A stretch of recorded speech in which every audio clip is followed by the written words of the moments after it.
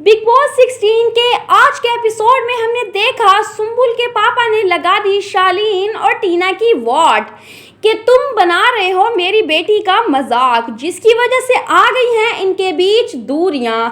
सुम्बुल फूट फूट के रोने लगी कि मैं अपने पापा को हर्ट नहीं कर सकती क्योंकि शालीन और टीना मिलके बनाते हैं सुम्बुल का मजाक कि ये बचगानी हरकतें करती है।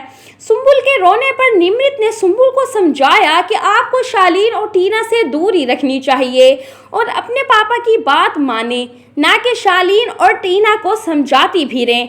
दूसरी जानिब शालीन ने बोल दिया सच।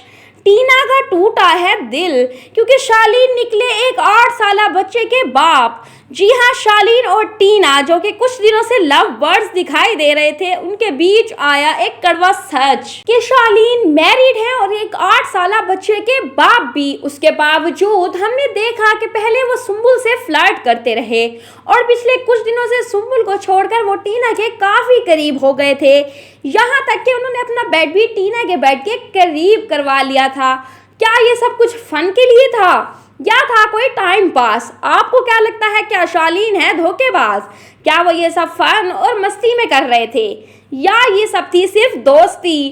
कमेंट सेक्शन में हमें अपनी राय से जरूर आगाह कीजिएगा।